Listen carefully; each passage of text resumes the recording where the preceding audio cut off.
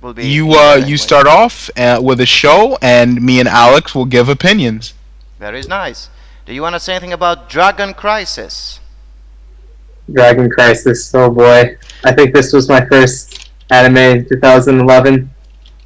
Literally, all I remember about it was that it was a high school boy and he had a harem, and then that was the whole show. It was a Congratulations. really boring harem. It had that really cute blonde girl, and then everybody else just kind of stood around, and the main character had like 5 lines per episode. It was Oh yeah, pretty. I remember. There's also this Beast Hybrid girl, and she had 5 lines the whole movie. Night or movie, I mean show. Ooh, Yeah, yeah, it was pretty epic.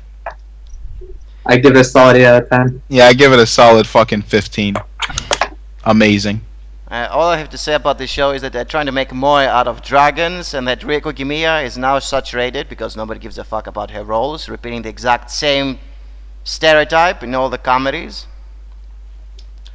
You Moving know, on. the huge. Wolverine. Okay. Wolverine. Wolverine? Oh yeah. That was one of the big Marvel anime or majiggies. I remember Wolverine kind of stood out as being extra shitty compared to all the other ones because its central character was really boring and his name was Wolverine, and they changed everything and made him twice as boring and had that really shitty stale animation and that really shitty terrible stale voice actor and that really shitty stale plot that was really terrible and boring. Yeah, I remember that one. The only thing I can say about it is God bless the United States of America. Amen. Amen. Mm-hmm. Go Chic. Ghostic? Yeah. I actually have good things to say about Ghostic. See, the show is really great because it starts off really shitty for the first 10 to 12 episodes, and then out of nowhere, it's like, fuck mysteries. We're going to do character development.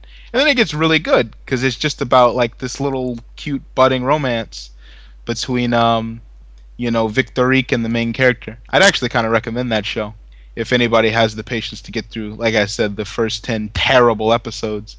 But after that, it has like an overarching plot that isn't terrible. And I don't again, cute blonde girls. I'm sorry. Well, I dropped the first episode because it was about French-speaking people, so I don't know. Yeah. All I have to say They is that get about LOL detectives. This was the year of the LOL detectives, right? Yeah. Yeah. The lowly detective is an archetype that first started. Really, it was lowly hackers, and then the lowly hackers turned into lowly detectives. It all started with Ed from Cowboy Bebop. Uh-huh. Yeah, Nisio Isin pretty much started the trend with his first novel, Zarigato, back in 2001, where he made a character that was basically Ed, and just to be different, he gave the character blue instead of red hair, and that more or less started the trend. Just a little fun fact in case you want to put that in the video. Maybe I will. Dream Eater Mary. Um, it was like a shittier version of Soul Eater.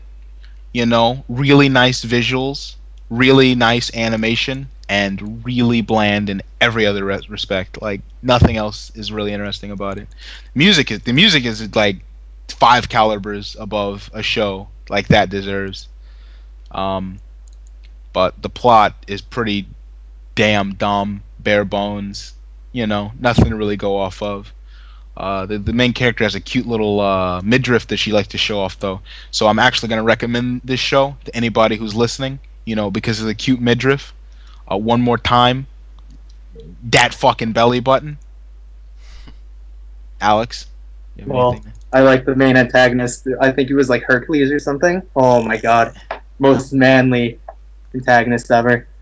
Shit was great. His name was like Hercules Pharaohs. Moving on. Infinite Stratos. I'm talking about the first season, in case you watched it, because normally I wouldn't mention this title, but this one sold so much. I mean, this is ridiculous. It's a generic harem that sold $1 billion. Infinite Stratos is a pretty good metaphor for capitalism. All the main characters are different, forms of capitalism. Black capitalism, Asian capitalism, bad capitalism, good capitalism. The usual. So, in that regard, 10 out of 10. Amazing show. Also, all the characters wear white. It's pure and shit. Hmm. Not to say Really, I'd Alex. say it's actually a metaphor for a Japanese superiorism because everybody's flocking towards Japan like he's the best pot of shit in the world. He's not. Remember, Japan is the best. Yeah, always That's the what best. show wants you to believe. The Japan's always the best. Moving They get on, better moving than on. Japan. Madoka Magica. We did an overview about it, and we weren't exactly pleased Oh with my it. god, let me tell you about all the good things about Madoka. The plot Masterpiece. is just so intricately crafted from start to fucking finish. You get all this fleshing out with all the characters, and you care about everything they do. Madoka's mom is easily the best character, though. I mean, all the depth to her that we get in those first 20 seconds of her just looking at Madoka and then saying, I have to go to work, and then her dad is just a total beta. Really good metaphor for how fucking women are taking the balls from men. You notice women do all the important things in this show. Did you notice that? Sure, it's like they're not Yeah, even. I honestly believe that Madoka is a huge commentary on misogyny in America because you got Madoka's mom and she's the money earner, she's the man of the house. The beta dad, what does she do? What does he do? He says, "Oh, thanks, hon," and he fucking leaves, and that's all he does. And you get such a great expansion on Madoka's mom as a character, and then nothing on the dad. What is this? This isn't fair. Just Come on, sexism. Just feminism. pure sexism. Yep. Moving on. Did you watch Cardfight Vanguard? No. Oh, no, unfortunately, I was camping around a week into its release, or rather the first episode, and I never got to watching it. Though I heard it was pretty good.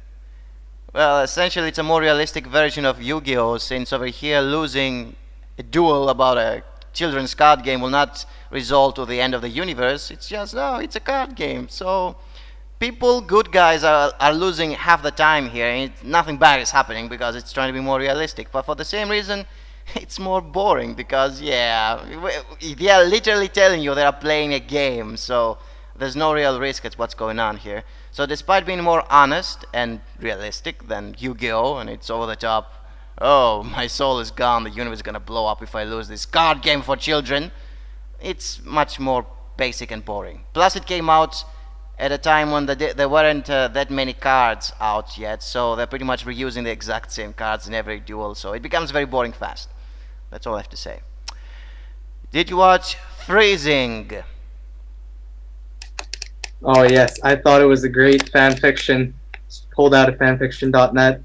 I give it a classic 8 out of 10. It's okay. It was a pretty engaging story. I really liked the plot. Most of the plot revolves around the main character, Plot-isha. All I have to say about it is that it tried to have masochists fighting women.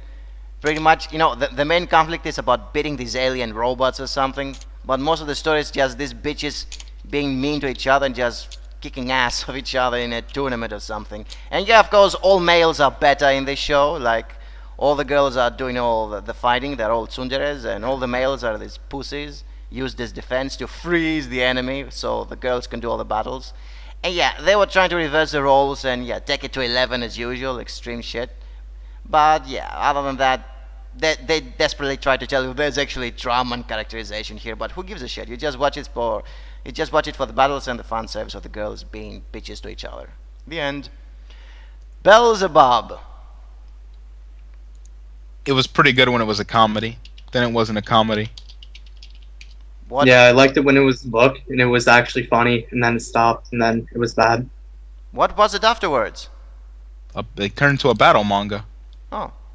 Yep, it was just a little baby and his caretaker just fighting the world.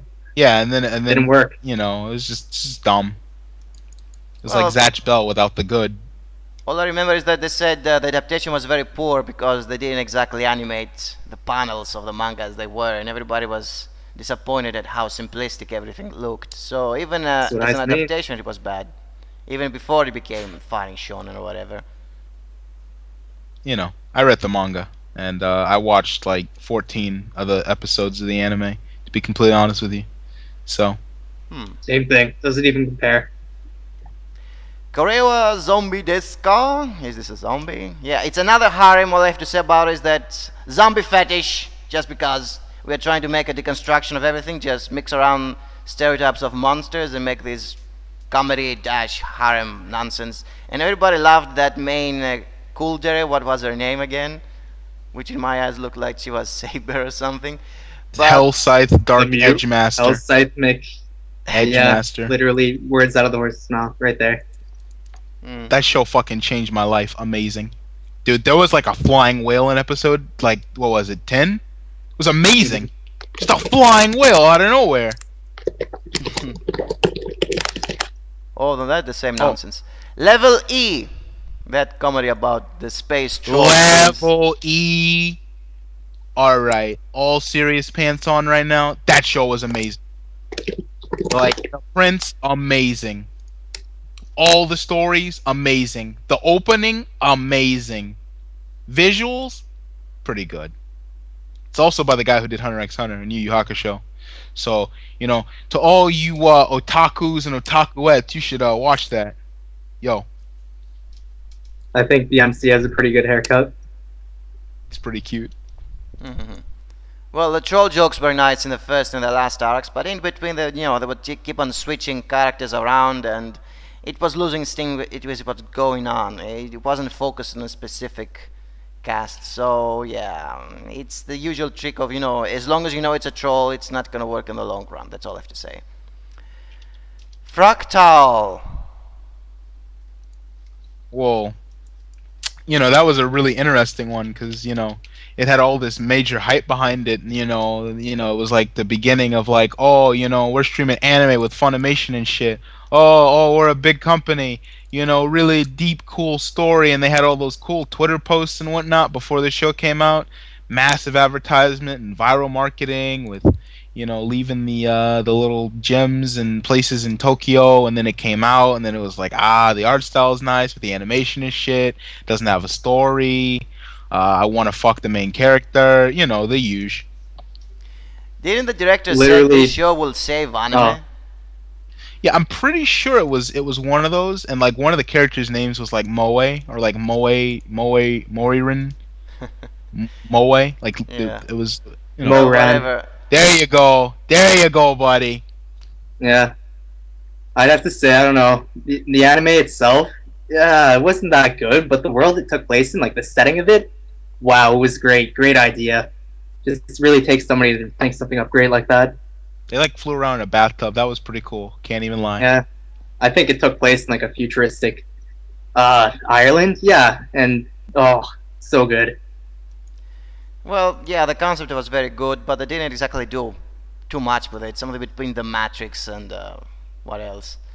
The pacing was so. It was wandering off too much into random harem moments at points. It was trying to be too much cute and then just turned to creepy and dark out of nowhere. So directing-wise, yeah, it was very sloppy. And by the end of it, nobody really cared about the characters. It's But just the concept. but that Nessa chick, right? She was pretty cool. She had like the red hair and the green eyes. That was pretty sexy. I could get into a whole show with just characters that looked like her. No homo. Ted, you're talking a bit too close to the mic or something because you get spikes in the recording. What? Your voice gets a bit spiky when you are too close to the microphone or something. Try to talk a bit lower or a bit further away from the microphone just for quality issues. Okay. Wandering Son or Huru Musuko. I think that it's a very important show. It talks about important gender issues that, are problems for all of us. Sometimes I wake up and I don't even know if I'm a boy or if I'm a girl. I mean, you guys listening out there right now don't even know, what I am because that's classified information. So, it's one of those animes that just you sit around and you think about it. You think, am I gay? I just watched that movie with Ryan Gosling a couple times in a row. Like, is something wrong with me? Am I attracted to him? Why do I want my priest to come and talk to me every day?